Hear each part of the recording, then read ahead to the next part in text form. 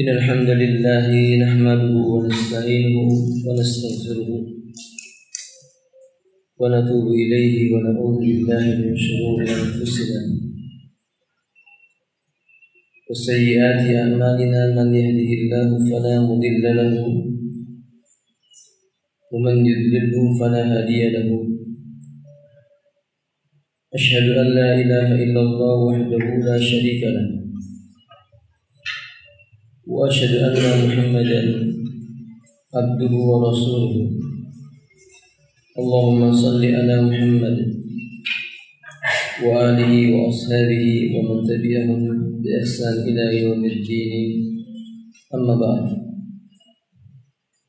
Ikhwati a'azzani wa iyyakum, kita lanjutkan pembahasan kita dari kitab Bahrul Ra'iq fi Zuhdi wa Raqa'iq. Asbab hayat al-qalb, di antaranya la dzikrullah azza wa jalla wa tilawatul Quran. Wa dzakara al-Imam Ibnu Qayyim rahimahullah ta'ala fi kitabih Al-Qayyim Al-Wabilus Sayyib li dzikrin aksar min 70 faidah. Imam Ibnu Qayyim rahimahullah ta'ala menyebutkan dalam kitabnya Al-Wabilus Sayyib, zikir mengingat Allah Ta'ala itu memiliki lebih dari 70 faedah. Di antaranya Iqra'akum.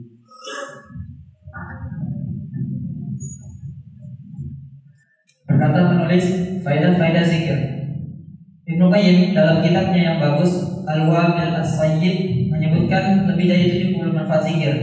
Di antaranya, 1. Zikir bisa mengusir dan mengalahkan setan. 2. Mendatangkan ridha Allah Azza wa Jalla. 3. Menghilangkan kesedihan hati. 4. Membahagiakan dan melapangkan hati.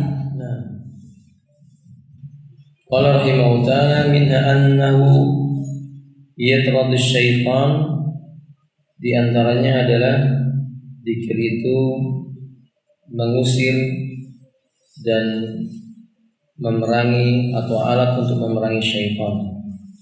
Wa yarda rahman, mendatangkan keridhaan ar-Rahman. Wa yazilul ham, menghilangkan al-ham wal gham wal hazan, kegelisahan, ketidaktenangan dan kesedihan hati. Nabi SAW mengajarkan kepada kita, orang yang dalam kondisi bersedih membaca zikir Allahumma inni abduka wa ibnu abdika wa ibnu amatik nasiyati biyadik adun fiyya qada'u as'aluka bi kulli ismin wa laka sammaita bi nafsak aw anzaltahu fi kitabik aw 'allamtahu ahadan min khalqik aw ista'sarta fi ilmil ghaibi indak an taj'al al-Qur'ana rabi'a qalbi wa nur sadri wa jala'a husni. Nabi menganjurkan orang dalam kondisi sedih mengucapkan kalimat, ya Allah, Engkaulah Rabbku yang memeliharaku, menghidupkan aku dan menjaga diriku dan mengatur urusanku. Itu disebut dengan Rabb. Lalu aku adalah hamba-Mu. Aku adalah putra dari hamba lelaki-Mu dan putra dari hamba wanita-Mu.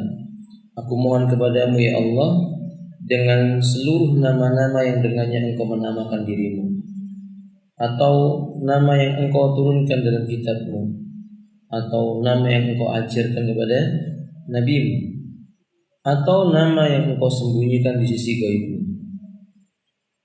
Hendaklah Engkau jadikan untukku Al-Quran sebagai penyejuk hatiku, cahaya di dalam dadaku, dan penghapus kesedihan dan kegundahanku.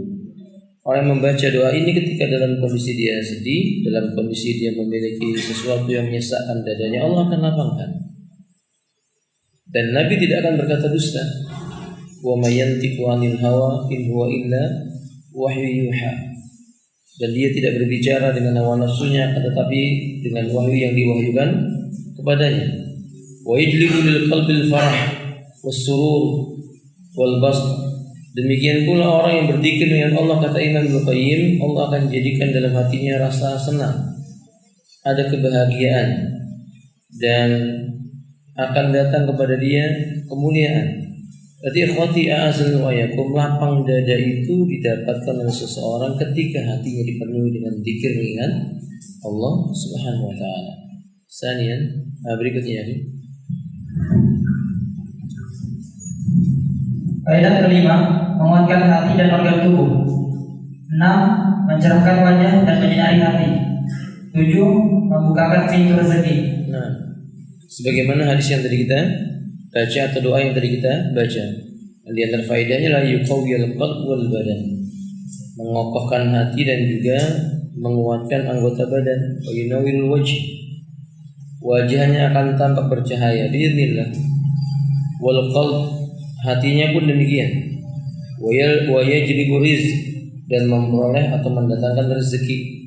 Yang perlu dicatat, makna rezeki bukan hanya masalah harta benda dunia, tetapi akal yang sehat, atau zaki, kecerdasan yang ada dalam hatinya, atau al-khusyu' fi ibadatihi, kekhusyuan dalam jiwanya, atau merasa nikmat dalam ibadahnya. Ini rezeki.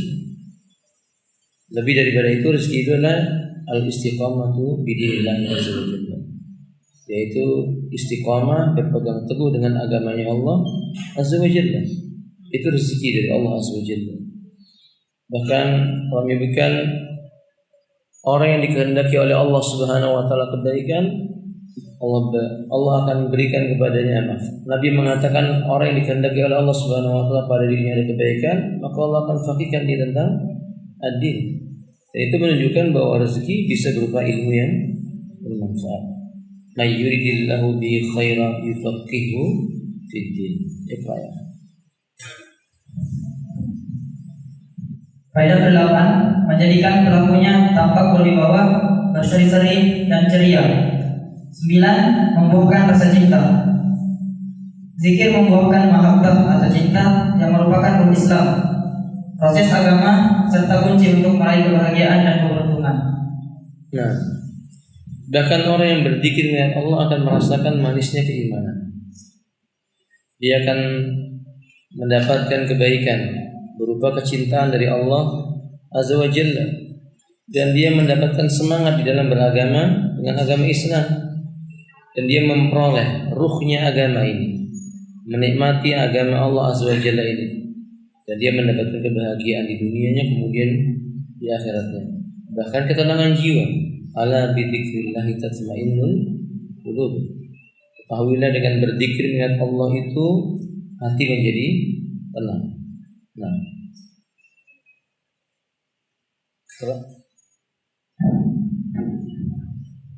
10.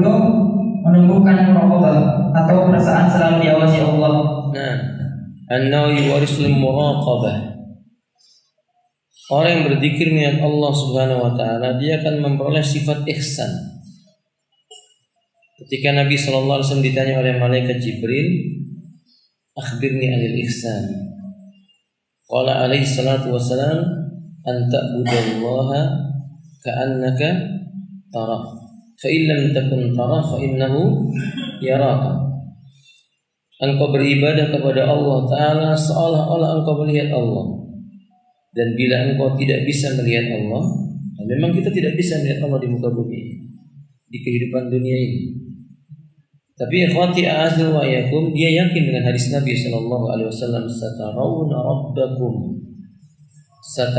rabbakum yawmal qiyamah kama tarawna al-qamara lailatal badri, atau kama qala alaihi salatu wasallam. Kelak kalian akan melihat Rabb kalian seperti kalian pada malam ini, seperti kalian di dunia ini melihat bulan pada malam purnama. Maksudnya bukan Allah bentuknya seperti purnama, tapi cara kita melihat Allah itu tidak terhalangi apa-apa. Maka ini menumbuhkan rasa muraqabah, diawasi oleh Allah tabaraka wa taala. Akan menumbuhkan perasaan peribadatan dengan sifat ihsan. Fa illam takun tara fa innahu yarak. Dan jikalau kamu tidak bisa melihat Allah, maka sesungguhnya dia melihatmu. Jadi kita merasa diawasi oleh Allah Taala. Annahu yuwasil muraqabah hatta yadkhul al-'abdu fi babil ihsani faya'budullaha ka'annahu yara. Dia akan tumbuh perasaan diawasi oleh Allah Taala. Allah katakan amintum man fis sama. Apakah kamu bisa merasa aman dari zat yang senantiasa mengawasimu dari atas langit sana? Perasaan ini akan muncul berbeda dengan orang-orang yang lalai dari mengingat Allah Subhanahu wa taala. Dia tidak punya rasa diawasi oleh Allah Azza wa Jalla. Hatinya dipenuhi dengan sifat kelalaian, hubbud dunya, terlalu cinta dengan kehidupan dunia, wa karahiyatil maut, membenci mati di jalan Allah Tabaraka wa taala, wal jubun, tumbuh sifat apa? Pengecut, wal bukhlu, yakni kikir, tumbuh sifat kekikirannya. Dia tidak ada kebaikan pada dirinya. So itu ikhwati a'udzubillahikum, dikir mewariskan kebalikan dari yang tadi saya sebutkan. Nah, wa yuwarisul inabah wal qurb. Dan dikir bisa menumbuhkan dalam diri perasaan ingin senantiasa kembali kepada Allah. Dia tidak mau berlama-lama dengan perkara-perkara dunia. Ya, dia mengambil perkara dunia yang mubah, tapi bukan untuk berlama-lama dengan perkara-perkara yang sifatnya mubah. Dia akan menumbuhkan dalam dirinya perasaan ingin terus-menerus mendekat kepada Allah Azza wa Jalla, yakni mencintai peribadatan kepada Allah Azza wa Jalla. Orang berzikir mengingat Allah, maka dia akan menyukai tilawatul Quran. Dia akan menyukai menegakkan salat-salat yang tatawu atau yang sunnah. Dia akan menyukai al-amru bil ma'ruf wan nahyu 'anil munkar. Hal-hal yang mendekatkannya kepada surganya Allah Azza wa Jalla, dia akan mencintai. Ini di antara buah dari zikrullah. Faedah ke-11, mendatangkan inabah atau dorongan jiwa ingin selalu kembali kepada Allah dan menyebabkan dekat kepada Allah. 12, menyebabkan Allah mengingatnya. Nah, di dalam Al-Quran Allah Subhanahu wa taala menyebutkan fadhkuruni adzkurkum. Berzikirlah kalian mengingat diriku, niscaya aku akan mengingat kalian. Bukan berarti Allah lupa kepada manusia, tidak. Maksudnya adalah orang-orang yang berzikir kepada Allah Azza wa Jalla, Allah katakan adzkurkum, aku akan mengingat kalian. Ini Allah akan memberikan kepadanya ampunan. Allah akan berikan kepadanya rasa cinta. Allah akan berikan kepadanya kekhusyuan dalam beribadah. Fil hadis al-qudsi, di hadis qudsi disebutkan fa in dzakarani fi nafsi dzakartu fi nafsi, jika hambaku senantiasa mengingat aku dalam dirinya, maka aku pun akan senantiasa mengingat hambaku tersebut. Jadi ikhwati a'udzubillahikum, nas ini menjelaskan bahwa orang yang berzikir mengingat Allah itu bebas dari dilupakan oleh Allah Azza wa Jalla. Dia akan terbebas. Dia akan senantiasa ditolong oleh Allah Tabaraka Ta'ala, baik dalam kondisi lapang maupun dalam kondisi sempit. Adapun orang-orang yang mengingat Allah Azza wa Jalla, adapun orang-orang yang tidak mau mengingat Allah Tabaraka Ta'ala, Allah pun tidak akan mau mengingatnya. Allah pun tidak akan mau memperdulikannya. Kalau munafikin, seperti orang-orang munafik yang Allah telah sebutkan dalam Al-Quran, wa idza qamu ila salati qamu kusala yura'una an-nas wa la yadhkuruna Allah illa qalila wa la yadhkuruna Allah illa qalila. Mereka tidak berzikir mengingat Allah kecuali sedikit sekali. Tapi di antara faedahnya, sedikit ulama menyebutkan zikir itu menjauhkan dari sifat kemunafikan. Makanya Allah mengatakan ciri orang munafik itu apa? Wa la yadhkuruna Allah illa qalila. Orang munafik bukan tidak berzikir, dia zikir. Tapi kata Allah Subhanahu wa taala, tidaklah mereka berzikir dengan Allah kecuali cuma sedikit. Nah, orang mukmin tidak. Allah Subhanahu wa taala menyebutkan tentang nabinya, laqad kana lakum fi Rasulillahi uswatun hasanah. Sungguh bagi kalian pada diri Rasulullah sallallahu alaihi wasallam itu ada suri tauladan yang baik.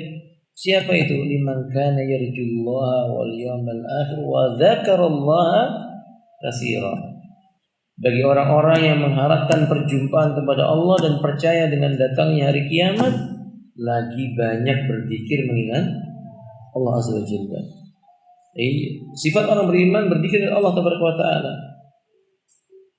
Sebaliknya orang beriman menjauhi orang-orang yang tidak berzikir dengan Allah Subhanahu wa taala. Wala tuti' man aghfalna qalbahu an dzikrina wattaba'a hawahu wa kana amruhu furuta. Jangan kamu taati orang-orang yang mereka itu lalai dari kami. Dan lalai dari mengingat kami. Kalau orang sudah lalai dari mengingat Allah Azza wa Jalla, Allah katakan wattaba'a hawahu, dia akan menjadi orang yang senantiasa mengekor apa? Hawa nafsunya. Ya seperti orang-orang munafik. Jauh dari berzikir dengan Allah Subhanahu wa taala, yang terjadi adalah mencari cara bagaimana menjatuhkan dakwah Islam. Dia tidak suka ketika Islam itu berkembang. Ketika dakwah sunnah itu berkembang. Ketika ajaran-ajaran yang mengajak kembali kepada Quran dan sunnah dengan pemahaman salafun salih dicintai oleh manusia, dia tidak suka. Dia tidak menyukai orang-orang yang mulai memiliki rasa malu, wanita-wanita menutup auratnya dengan benar. Dia tidak menyukai laki-laki yang mulai mengembalikan hatinya ke masjid-masjidnya Allah, terikat dengan masjid-masjidnya Allah. Dia tidak menyukai pemuda-pemuda yang ingin kembali kepada Islam, yang ingin membela Islam sebagaimana para sahabat membela Islam. Dia tidak suka. Tapi mereka senang ketika Islam itu dipojokkan, ketika kaum muslimin jatuh terpuruk, ketika dakwah Islam dihentikan atau dihalang-halangi, ketika orang-orang berbicara tentang Islam dibinasakan atau dibunuh oleh mereka, mereka senang. Itu tanda-tanda kebinasaan. Adapun orang-orang yang berzikir dengan Allah Subhanahu wa taala, Allah berikan karunia kebaikan pada diri mereka. Makanya nasihat buat saya, berzikir dengan Allah itu menghidupkan hati, maka jangan tinggalkan zikrullah. Jangan tinggalkan zikrullah. Terutama ketika kita berada di bulan Ramadan ini. Perbanyak berzikir dengan Allah. Teman-teman tinggalkan kebanyakan waktu yang kita gunakan untuk melihat media sosial atau bermain handphone atau hal-hal yang lainnya. Bahkan ikhwati a'azzana wa iyyakum, memanah itu olahraga sunnah. Berkuda juga olahraga yang disukai. Berenang dianjurkan. Bergulat juga dicintai oleh Nabi Sallallahu Alaihi Wasallam. Bermain pedang, tombak, senjata-senjata peperangan. Nabi Sallallahu Alaihi Wasallam bahkan menyaksikan orang yang bermain itu. Tapi di bulan Ramadan itu semua ditinggalkan sama Nabi. Di bulan Ramadan itu semua ditinggalkan oleh para ulama. Menyibukkan diri mereka dengan zikrullah, tilawatul Quran, membaca Al-Quran. Semua ditinggalkan aktivitas jual beli, perkara yang disebut oleh Allah kemuliaan di dalamnya. Wa ahallallahu al-bai'a wa harrama ar-riba. Allah halalkan jual beli dan Allah haramkan riba. Jual beli Nabi SAW melakukan. Jual beli pekerjaannya orang-orang mulia di zaman Nabi, ke Abdurrahman ibni Auf, Utsman ibn Affan radhiyallahu ta'ala, dan Sa'ad ibn Abi Waqqas. Walaupun dalam keadaan fakir, beliau tetap dalam kondisi melakukan jual beli. Tetapi ketika itu datang bulan Ramadan, ia kurangi. Ia sibukkan dengan tilawatul Quran. Bahkan Abdurrahman ibn Auf meninggalkan semua jual belinya. Yadhkurullah ta'ala qiyaman wa qu'udan, layalin wa naharin, untuk berzikir dengan Allah siang, malam, duduk, berbaring, berdiri, mengingat Allah tabaraka wa ta'ala. Ikhwati a'azil wa ayyakum, berkumpul dengan kaum muslimin perkara yang disukai oleh Nabi. Sampai berkata Umar bin Khattab radhiyallahu ta'ala, bainama nahnu julusun inda Rasulillah sallallahu alaihi wasallam, tatkala kami duduk-duduk sebagaimana kebiasaan kami duduk di sisi Nabi sallallahu alaihi wasallam. Para sahabat suka duduk bersama Nabi, Nabi pun demikian. Tetapi ikhwati a'azlu ayakum, ketika datang bulan Ramadan, maka Nabi sibukkan dengan tilawatul Quran, terutama ketika Jibril turun menjumpai beliau. Ada ikhwati a'azlu ayakum, zikrullah. Ramadan ini ngajari kita berzikir dengan Allah Taala. Ya, ikhwati a'azlu ayakum, melakukan perjalanan untuk melihat kekuasaan Allah tentang ayat-ayat kauniyah tidak dilarang, bahkan disukai bila mendatangkan keimanan. Tetapi Nabi SAW ketika datang bulan Ramadan menganjurkan kaum muslimin berzikir dengan Allah. Perjalanannya diubah dengan perjalanan zikir dengan Allah Taala ila baitillah, ke rumah Allah Taala, i'tikaf, masuk ke masjid-masjidnya Allah Azza wa Jalla, terutama Masjid Al-Haram, Masjid An-Nabawi, Masjid Al-Aqsa.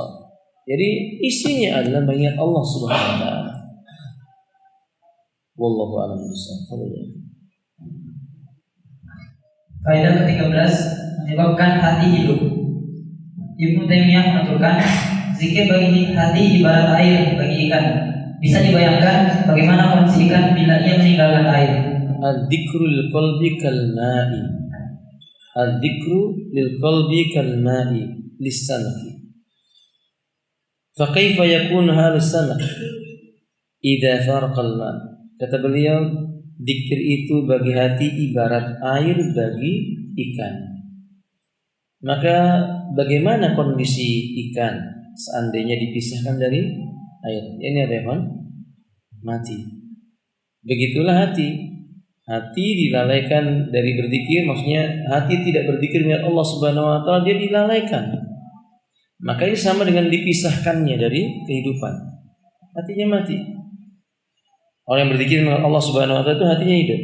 Dan demi Allah ikhwati azmayakum, lebih mulia di sisi Allah Tabaraka wa taala orang-orang yang tidak punya kekuatan jasad, mungkin di kursi roda atau mungkin di tempat tidurnya, atau mungkin dia tidak bisa berbuat apa-apa kecuali menggerakkan mulutnya, tapi mulutnya mengucapkan kalimat la ilaha illallah wahdahu la syarikalah lahul mulku wa lahul hamdu wa huwa ala kulli syai'in qadir.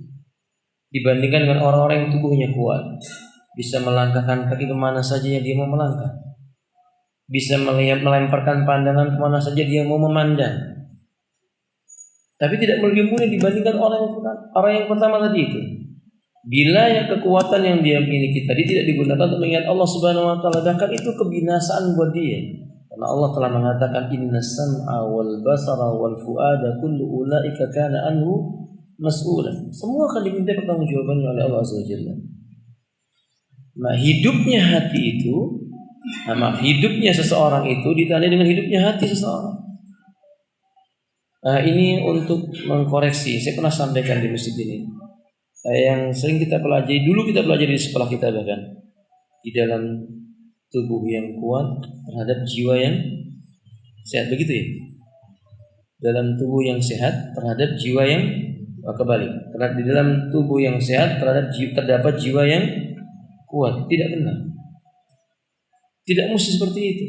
Tapi yang benar jiwa yang sehat. Insya Allah Allah berikan kekuatan jasad. Karena kaidah yang pertama tadi datang dari orang-orang kafir. Sehingga antum lihat orang-orang kafir sibuk dengan berolahraga, sibuk dengan mengurusi badan, sibuk dengan lihat bagaimana badannya demikian. Tapi lihat hati mereka sakit, bahkan mati. Maka kita sampaikan dalilnya dari firman Allah surah Al-Baqarah, innal ladzina kafaru sawa'un 'alaihim anzartahum am lam tunzirhum la yu'minun. Kenapa begitu? Karena hatinya sudah mati. Hati sudah mati, kamu kasih peringatan, enggak kamu kasih peringatan sama saja. Dia enggak akan beriman. Seperti jasad kalau sudah mati. Engkau patahkan tulangnya, atau engkau sayat-sayat, atau engkau cabik-cabik, itu jasad tidak akan berteriak lisannya. So itu ikhwati azalnya wa yakum, bila kita ingin diberikan oleh Allah kekuatan, baik kekuatan jasad, ya maka sibukkan hati kita dengan berzikir dengan Allah Subhanahu wa taala. Faedah ke-14, membuat hati mengkilau. Zikir bisa membuat hati berkilau dan menghilangkan karatnya, karena segala sesuatu memiliki karat, sedangkan karat hati ialah lalai dan mengikuti hawa nafsu. Adapun cara untuk menghilangkannya ialah dengan zikir, taubat dan istighfar. Annahu yuwarisul jalal qalb. Hati itu akan bercahaya, akan tampak terang dengan sebab zikir mengingat Allah Subhanahu wa taala. Ikhwan, zikir itu mendatangkan kelezatan. Kalau orang berzikir kepada Allah Azza wa Jalla, dia akan terbentengi dari hawa nafsu. Akhi, bukankah perusak hati itu ada dua perkara? Pertama disebut dengan syubhat. Apa syubhat? Kerancuan. Kerancuan berpikir yang membuat hati menjadi bingung. Yang kedua adalah syahwat. Yang kedua adalah apa? Syahwat. Dua-duanya, syubhat dan syahwat itu sumbernya adalah al-hawa. Sumbernya adalah al-hawa. Orang kalau mengekor hawanya, kalau nggak jatuh kepada syubhat, ya jatuh kepada apa? Syahwat. Nah, kalau ini dua-duanya muncul di hati seseorang, atau Imam Ahmad mengatakan dua-duanya ini teman yang digandengkan. Orang kalau sibuk dengan syubhat, pasti dia akan jatuh dalam perbuatan syahwat. Atau orang yang memperturutkan syahwat akan masuk dalam hatinya syubhat. Kalau ini dua-duanya udah bertengger, ya tadi dia dilingkupi dengan hawa nafsu. Susah untuk bisa melihat Allah Subhanahu wa taala karena hatinya berkarat. Nah, karat hati berupa hawa nafsu, syahwat dan syubhat yang tadi kita sebutkan itu bisa dihilangkan dengan cara zikrullah. Wal iman wal inabatu wat taubatu, kembali kepada Allah, bertobat kepada Allah tabaraka wa taala. Ini akan menghilangkan karat-karat dosa. Contoh misalnya dosa karena sebab maksiat syahwat. Di awal-awal pembahasan kita telah sebutkan Nabi berkata, "Idza takabal abdu dzanban nukitat fi qalbi nuqtatan sauda." Bila seorang hamba melakukan sebuah perbuatan dosa, akan ditinggalkan sebuah titik hitam dalam hatinya. Yakni karatnya itu berwarna hitam, kawan. Bukan lagi karat-karat yang kita kenal biasanya. Karat itu warnanya apa, kawan? Nah, ini sudah warnanya hitam. Ya, sudah amat parah sekali. Tapi kata Nabi, wa idza istaghfara, kalau dia mengucapkan astagfirullah wa atubu ilaih, atau dia beristighfar memohon ampun kepada Allah, ini berzikir dengan cara beristighfar kepada Allah azza wa jalla, akan dihapuskan karatnya itu sedikit demi sedikit. Tapi kalau hatinya udah tertutup dengan karat semuanya, bagaimana mau berzikir? Diingatkan dengan zikir saja dia tidak akan sanggup menerimanya. Apalagi mengucapkan lafaz zikir. Nah, kita harus berlindung kepada Allah dari sifat yang seperti ini. Dan kita harus menyadari bahwa hari-hari kita itu tidak mungkin lepas dari perbuatan apa? Dosa. Maka cara mengimbanginya dengan memperbanyak zikrullah. Baik, ikrar.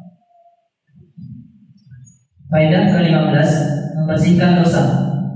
Zikir bisa menghapus kesalahan atau dosa, karena zikir termasuk kebaikan yang paling agung. Selain itu, kebaikan bisa menghapus keburukan. Kama qala alaihi salatu wasalam, man qala fi yaumin wa lailatin subhanallah wa bihamdih mi'ata marrah. Sebagaimana hadis Nabi sallallahu alaihi wasallam yang mengatakan, barang siapa siang dan malamnya ia mengucapkan subhanallah wa bihamdi sebanyak 100 kali. Kata Syekh Sa'ad Al-Qahtani, nas ini tidak menunjukkan batasan. Maksudnya dzikir subhanallah wa bihamdi itu bukan maksimal 100, bukan. Tapi ini untuk menunjukkan tentang makna sebanyak-banyaknya. Dan biasanya orang Arab menyebut banyak itu dengan bilangan mi'ah. Apa? 100. Atau miliun. Malayin, jutaan. Jadi orang-orang Arab biasa menyebut banyak itu begitu. Ya, maka ketika Nabi mengatakan, yakni man qala fi yaumin wa lailatin subhanallah wa bihamdi, barang siapa dia mengucapkan zikir siang dan malamnya subhanallah wa bihamdi setidaknya 100 kali. Kata Nabi sallallahu alaihi wasallam, maka orang tersebut dosa-dosanya akan dihapuskan walaupun kesalahan-kesalahannya itu sebanyak mislu zabadil bahri, buih-buih yang ada di lautan. Ikhwan, enggak ada yang bisa begitu. Setiap ombak membawa buih. Sementara jumlah ombak di lautan itu kita enggak tahu. Jumlah buih di lautan lebih banyak daripada jumlah ombaknya. Nah, kalau dia datang kepada Allah Subhanahu wa taala membawa dosa ini, tapi siang dan malamnya dia mengucapkan subhanallah wa bihamdi, subhanallah wa bihamdi, subhanallah wa bihamdi, Allah hapuskan semua kesalahannya. Kama qala alaihi salatu wasallam. Betapa sayangnya Allah sama kita. Ketika Allah berikan kepada kita berbagai macam kenikmatan, nikmat akal Allah kasih, dan kita bukan orang gila. Alhamdulillah. Allah berikan pula kepada kita nikmat beribadah, dan kita bukan orang-orang yang lalai beribadah. Alhamdulillah. Allah juga berikan kepada kita kesehatan. Allah berikan kepada kita rasa senang memandang istri dan anak-anak kita. Allah berikan kelapangan dada ketika bertemu dengan saudara-saudara seiman. seakidah, semanhaj, dan banyak lagi nikmat Allah nggak mungkin kita menghitungnya. Tiba-tiba kita berbuat maksiat kepada Allah Azza wa Jalla, melanggar apa yang Allah Subhanahu wa taala larangkan. Ya tentu Allah lebih pantas murka. Seharusnya dengan akal kita kan mengatakan Allah pantas menghukum kita. Allah pantas menyiksa kita. Allah pantas memberikan kepada kita laknat. Allah pantas berikan itu. Tapi tidak. Tapi Allah bukakan pintu taubat.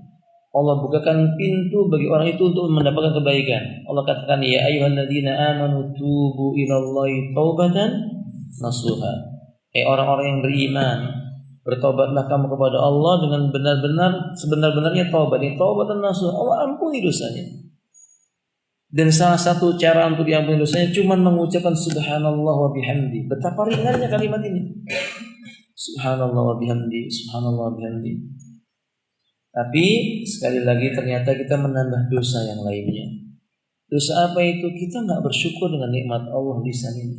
Harusnya lisan buat berzikir, tapi buat yang lainnya. Buat berbicara yang mubah, nggak berdosa memang. Tapi nggak jarang yang mubah itu menyeret orang kepada perkara yang makruh sampai kepada perkara yang haram. Wassalamualaikum warahmatullahi wabarakatuh. Nah.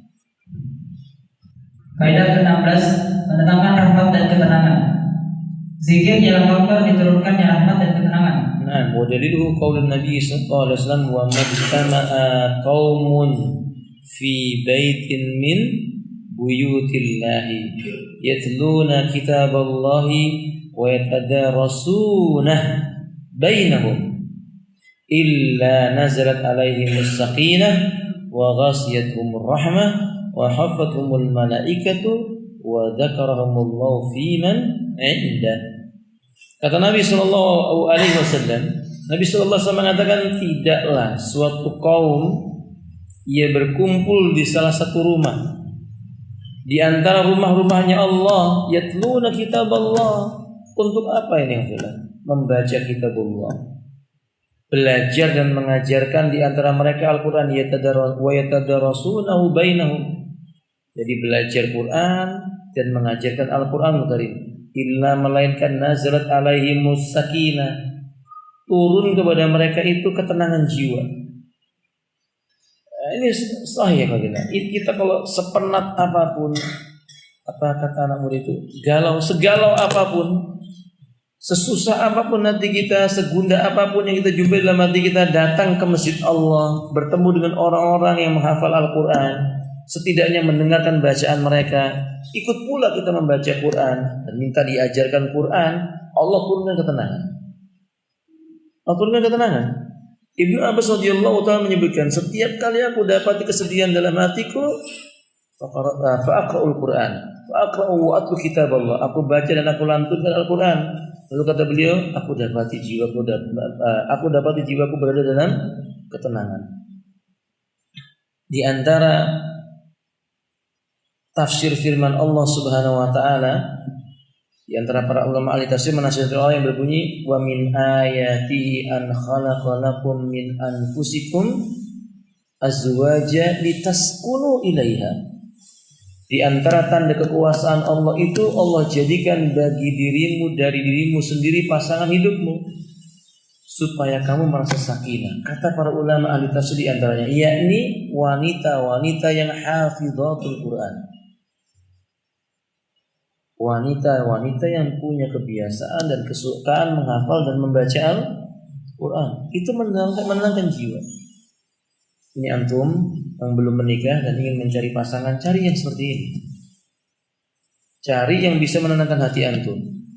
Yang bisa menenangkan hati antum bagaimana? Yang ini, yang dia bisa mentilawahkan Al-Quran. Antum tidak usah terlalu peduli tentang masalah kecantikannya. Mau kulitnya hitam, mau kulitnya putih, rambutnya keriting, ataupun ikol atau lurus, nggak ada masalah. Nggak ada masalah. Dia akan menenangkan jiwa dan dia lebih menenangkan hati seseorang. Tapi sebaliknya, Imam Ahmad mengingatkan, kalau seandainya seseorang menikahi wanita karena sebab apa? Kecantikannya. Wa man nakah imra'atan bijamiliha, karena sebab kecantikan sila wanita tersebut dia menikahi lelaki tersebut, saya jidu, dia akan menjumpai hazanan min ba'di. Sesudah itu dia akan bersedih hati. Wanita cantik nggak bisa baca Quran, musibah, capek. Antum makan lelah, antum bacakan ayat nggak paham juga. Dia sedang nusus kepada antum bacakan ayat, dia nggak paham, nggak bisa baca Quran. Antum capek, antum lelah, bukan dibacakan Quran, diomeli. Oleh kata Nabi, kalau sial itu ada, dia ada pada 3 perkara. Sial itu kalau seandainya memang harus ada 3 perkara. Pertama, rumah sempit, tapi rumah yang jauh dari zikrullah. Kedua, kendaraan yang sakit-sakitan, susah perawatannya, nggak mengantarkan ke tempat ibadah. Ketiga, wanita, panjang lisannya tapi bukan Quran yang dia keluarkan. Apa itu, teman? Itu orang yang menghafal Al-Quran menenangkan jiwa. Ikhwan, kita kalau duduk dengan orang-orang menghafal Quran, masya Allah. Ikhwati azza wa iyakum, lihat mungkin kalau antum datang ke Cahaya Ilmu, mungkin kalau ada anak-anak yang bermain bola, itu lisannya nggak lepas dari Quran. Bermain dengan anak-anak yang lainnya, bermain apapun, ikhwati azza wa iyakum, beda dengan orang-orang yang tidak menghafal Quran. Ketika kita duduk, yang dibicarakan apa? Dunia. Baru duduk, baru ketemu, Ishal kaifa, bagaimana? Masya Allah, antum sudah sukses. Dihiasi pakai Masya Allah. Masya Allah, bagus memang. Antum sudah sukses. Sukses apa? Dunia. Masya Allah, antum sekarang jadi orang kaya. Coba indikan dunia. Dunia dan dunia dan dunia. Maka sebab itu ikhwati a'azzaikum, dzikir. Dzikir mendatangkan ketenangan, mendatangkan sakinatul qalb. Bukan hanya itu, wa ghasyiyatuhumur rahmah. Allah akan menyelimuti orang itu dengan kasih sayangnya. Bukan ahli dunia yang Allah berikan kasih sayang. Yang Allah berikan kasih sayang itu adalah ahlu dzikir. Walaupun dia tidak punya dinar, walaupun dia tidak punya dirham. Coba lihat Abu Dzar radhiyallahu ta'ala. Para sahabat menyaksikan Abu Dzar, lisannya tidak pernah lepas dari dzikir. Ikhwati azani Allah wa yakum, tapi beliau ketika wafat, demikian pula Abu Darda, ketika beliau wafat, beliau tidak meninggalkan warisan, malah beliau punya hutang. Tapi bukan berarti bahwa kalau gitu lebih baik berhutang gitu, bukan begitu yang saya maksud. Tapi maksudnya alhamdulillah, ya zikirnya itu loh, membuat dirinya ini lebih mulia dibandingkan pemilik harta benda. Lihat para ulama kita, ikhwati a'azna wa yakum. Apakah para ulama kita adalah orang-orang yang mewariskan harta benda dunia? Sedikit di antara para ulama yang kaya raya. Sedikit. Bisa dihitung dengan jari seperti Imam Ibnu Mubarak. Ya, Ibnu Mubarak sangat kaya raya. Ibnu Mubarak itu kaya raya. Beliau berangkat ibadah haji bersama murid-muridnya. Murid-muridnya itu suruh mengumpulkan hartanya. Dikumpulkan oleh beliau, berangkat ibadah haji, pulang dari haji dikembalikan. Ini uang kamu kemarin, ini bekal kamu kemarin. Siapa yang membiayainya? Mubarak biiznillah, dengan izin Allah azza wajalla. Subhanallah. Tapi alhamdulillah selain daripada itu bagaimana? Orang-orang yang fakir, orang-orang yang tidak memiliki harta, tetapi mereka adalah orang-orang yang kaya dalam masalah ilmu, dzikrullah, dan mereka punya kemuliaan di sisi Allah Taala. Wa hafathumul malaika. Kalau Allah sudah memberikan selimut kasih sayangnya kepada hamba, Allah Subhanahu wa taala menurunkan ketenangan dalam jiwanya, dipenuhi hatinya dengan dzikrullah, ya bagaimana mungkin malaikat enggak jatuh cinta dengannya? Ya malaikat jatuh cinta dengannya. Saking jatuh cintanya malaikat mengepakkan sayap-sayapnya.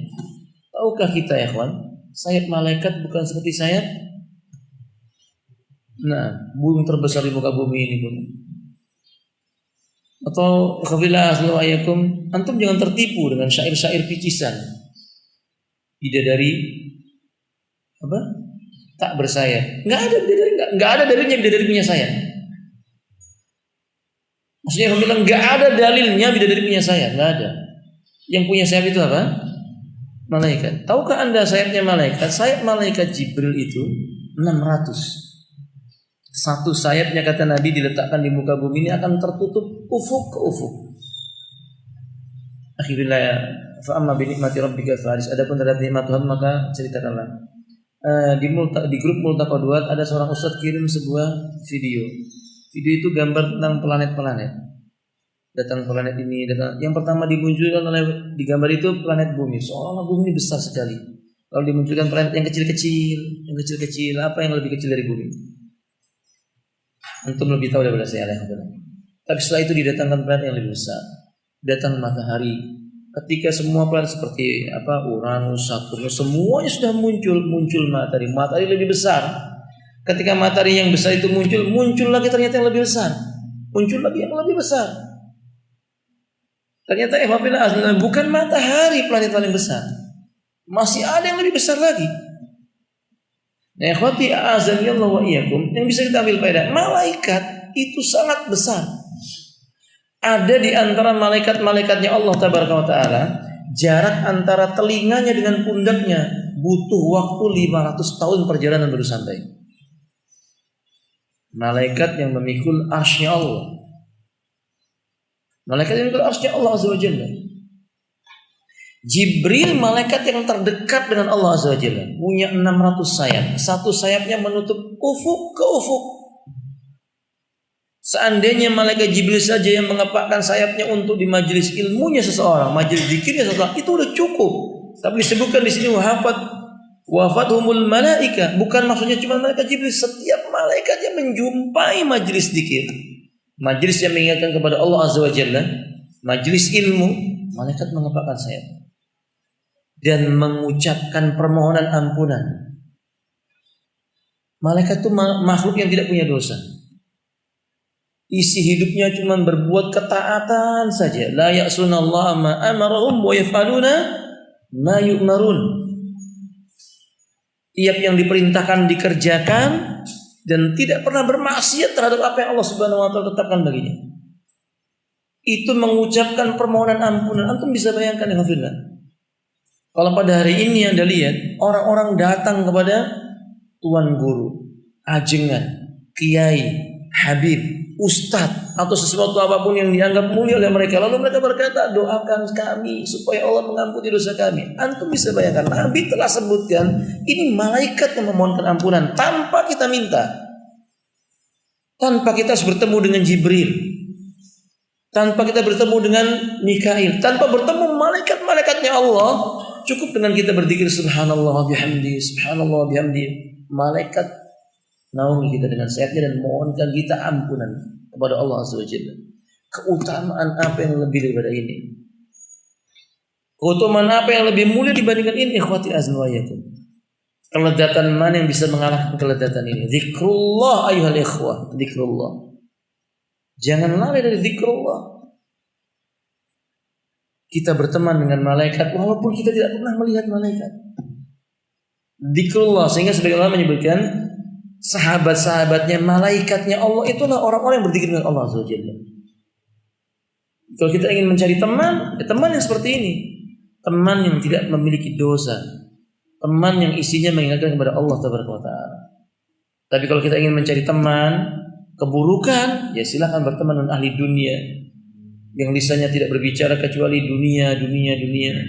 Bangun tidur berbicara tentang jumlah harta, mau tidur menghitung jumlah harta. Siang dan malam berbicara tentang masalah harta. Jangan. Kalau ingin berteman dengan orang yang seperti ini, ya silakan mengambilkan tempat duduknya ke dalam jurang kebinasaan.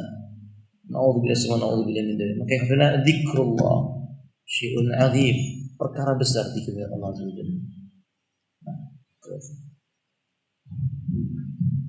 Faedah ke-17. Kelewatan satu dari Nabi mengatakan wa dzakarahumullah fi man indah. Orang yang berzikir mengingat Allah Subhanahu wa taala, Allah mencintainya. Apa bukti cintanya? Allah sebut-sebut nama orang itu di sisi orang-orang yang ada di sisinya. Maksudnya Allah menyebutkan tentang fulan di sisi orang yang ada di sisi Allah siapa? Malaikat. Malaikat itu dikabarkan fulan berzikir. Antum lihat dalam hadis riwayat Imam At-Tabari dan yang lainnya, orang yang meninggal dunia ruhnya akan keluar melalui bagian atas kepalanya, lalu malaikat maut akan menangkap ruhnya. Kalau dia termasuk orang yang beriman, akan diselimuti dengan sutra yang berasal dari surga dan wewangian yang berasal dari surga, dibawa naik ke langit, dibukakan pintu langit. Kemudian para penghuni langit dari kalangan malaikat bertanya, ini ruhnya siapa? Ruhnya itu baunya seperti kasturi, baunya sangat wangi sekali. Maka disebutkanlah nama orang itu dengan sebaik-baik panggilan yang biasa ia dipanggil di dunia. Itu pertanda kebahagiaan. Antum bayangkan, kalau antum gak dikenal oleh manusia, antum duduk di sebuah majelis, kita duduk di dalam majelis dunia, dimanapun majelisnya, ribuan, jutaan, bahkan mungkin lebih daripada jutaan manusia. Antum gak dikenal, antum bukan siapa-siapa. Gak ada orang yang mengenal kita. Tiba-tiba ditanya, ini namanya siapa? Kemudian ada suara yang mengatakan namanya Fulan ibnu Fulan, dengan nama terbaik dan sanjungan dan pujian untuk dia. Disebutkan keutamaan-keutamaannya. Maka pada saat itu semua orang tahu tentang kebaikan kita. Kebahagiaan yang kita dapatkan ketika itu seolah kita gak butuh lagi dengan yang lain. Itu cukup buat kita. Itu bila yang menyebutkannya adalah makhluk Allah, di hadapan makhluk Allah yang penuh dengan dosa dan maksiat, pun akan terkagum-kagum dengan orang itu, kita maksudnya.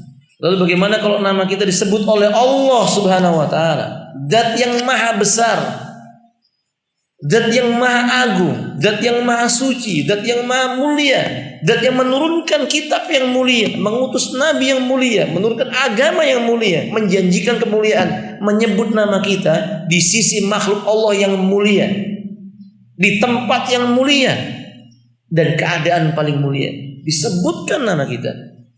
Maka alhamdulillah, itu kita nggak butuh lagi yang lainnya, cukup buat kita seperti itu. Wa dzakarahumullahu fi man indah, Allah yang menyebutkannya namanya. Maka orang yang berzikir dengan Allah, dia nggak butuh terkenal. Di dunia ini dia nggak butuh dikenal oleh manusia, karena manusia itu termasuk orang-orang yang hina kecuali yang dirahmati oleh Allah Taala. Dia nggak butuh ditulis nama-namanya dimanapun orang perlu menulis namanya, mau di batu nisan, mau di tempat-tempat harus terkenal si fulan namanya ini. Nggak, dia nggak butuh di media-media dikenal oleh orang. Tapi yang dia butuhkan, Allah menyebutkan dirinya. Wa dzakarahumullahu fi man indah. Akhir cita-cita apa yang lebih tinggi daripada ini? Nah, sekarang kita sudah tahu tentang keutamaan zikir ini. Kalau sampai hari ini kita sudah mengetahui tentang ilmunya, malas kita berzikir, coba kita koreksi diri kita. Memang zalim kita ini, zalim. Kita lebih suka dan lebih cinta disebut-sebut oleh manusia di dunia. Ketika orang membenci kita dengan mencela kita, kita merasa jengkel, marah. Padahal cuma dicela di hadapan manusia yang hina. Cuma manusia yang hina. Yang disebutkan fulan begini keburukannya. Seandainya kita beriman kepada Allah Taala, kita nggak butuh sama mereka. Mau dijelekkan, mau diburukkan, cuma di hadapan manusia. Kita butuhkan Allah mengetahui kita, penduduk langit mengetahui diri kita. Zikrullah hadil wasilah. Ketika hati itu sudah bersih, maksudnya hati itu benar-benar mengingat, hati itu dipenuhi dengan zikrullah. Ketika hati itu bersih, maka hati itu mudah untuk mengingat Allah Subhanahu wa taala dan mudah diingatkan dengan ayat-ayat Allah Subhanahu wa taala. Tapi ketika hati itu kotor, karatnya sudah berwarna hitam, jangankan mengingat Allah, diingatkan akan Allah, dia murka, dia marah. Bahkan dia akan membuat tipuan. Yukhadi'una Allah walladzina amanu wa ma yakhda'una illa anfusahum. Mereka ingin berusaha menipu Allah, menipu orang-orang yang beriman, tapi sejatinya mereka tidak menipu kecuali diri mereka sendiri. Dia ingin orang memuji dia dengan berbagai macam tipuannya. Dia ingin orang memuji dia pada sejatinya dia itu ingin menjadikan dirinya terhina di hadapan Allah Subhanahu wa taala. Ayyuhal ikhwati azza wa yakum fadhkurullah katsiran. Berzikirlah mengingat Allah dengan zikir yang banyak. Tidak akan merugi orang yang berzikir mengingat Allah Subhanahu wa taala. Imam Ahmad, antum sudah dengar kisah ini diulang-ulang oleh para asatidz. Antum baca, antum dengar, antum lihat kisah ini disampaikan oleh para duat. Imam Ahmad rahimahullah taala, beliau berjalan kaki dari jarak yang sangat jauh sekali ke sebuah tempat yang jauh yang beliau belum pernah ke tempat itu. Sampai di sebuah masjid menunaikan sholat karena beliau orang yang sudah tua renta. Beliau kelelahan beristirahat di masjid, diusir sama penjaga masjid. Sambil dikatakan, wahai orang tua, masjid mau ditutup, keluar. Imam Ahmad pun duduk di tangga masjid.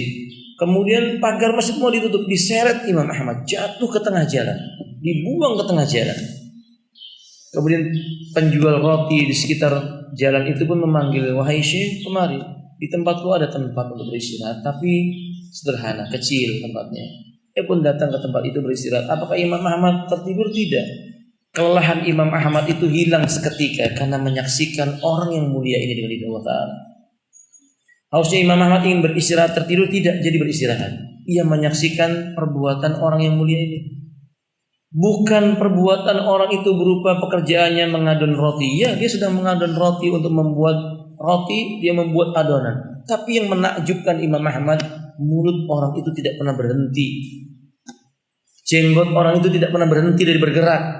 Mulutnya mengucapkan kalimat astaghfirullah wa atubu ilaih. Mulutnya mengucapkan kalimat astaghfirullah wa atubu ilaih. Diulang-ulang kalimat ini.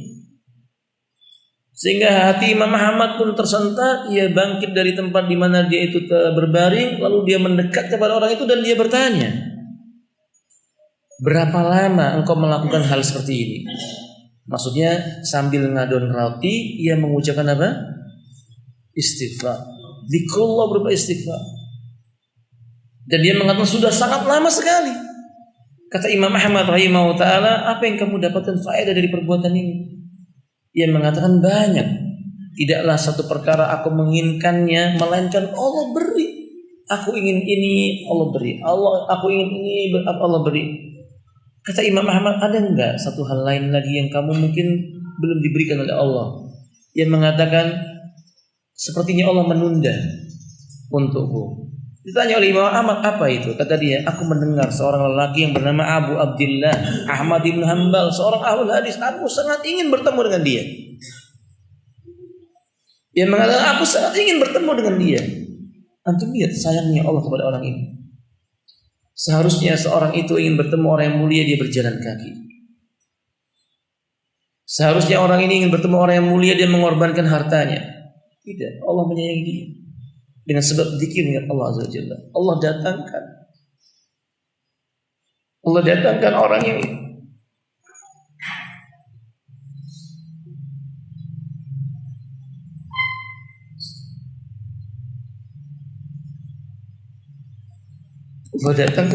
dicintai. Akhi azan wa iyyakum.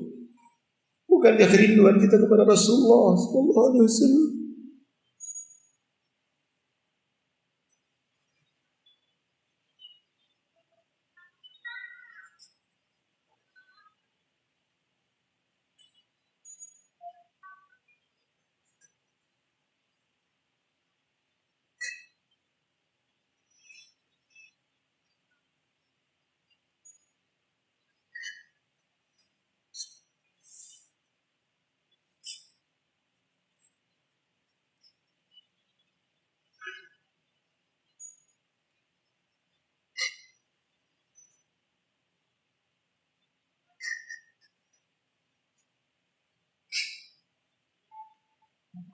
Akhirnya, bukankah kerinduan kita kepada Rasul sallallahu alaihi wasallam?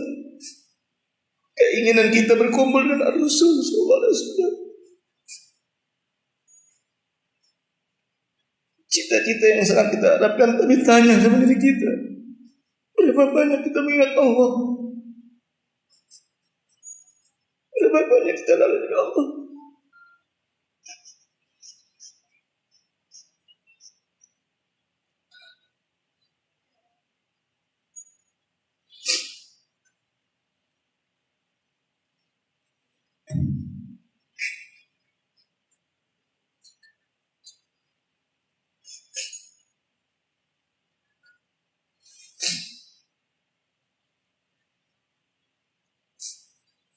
Jangan sampai Allah menuduh kita orang yang dusta. Jangan sampai Allah menuduh kita sebagai orang yang pembohong. Kita ingin berjumpa dengan Rasul, kita ingin berkumpul dengan Rasul, kita tidak pernah memohon ampun kepada Allah. Bisa kita lebih banyak mengatakan perkataan yang sia-sia dan berzikir dengan Allah Subhanahu wa taala. Akhi azani Allah wa iyyakum.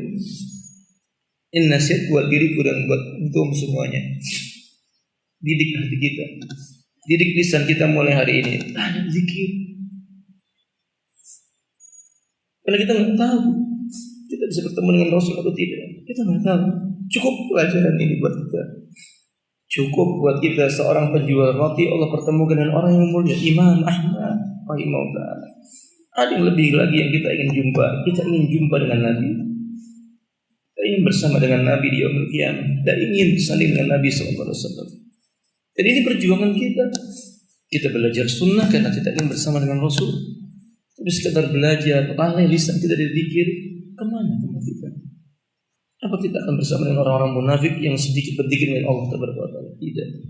Karena sebenarnya tidak. Sekali-kali tidak.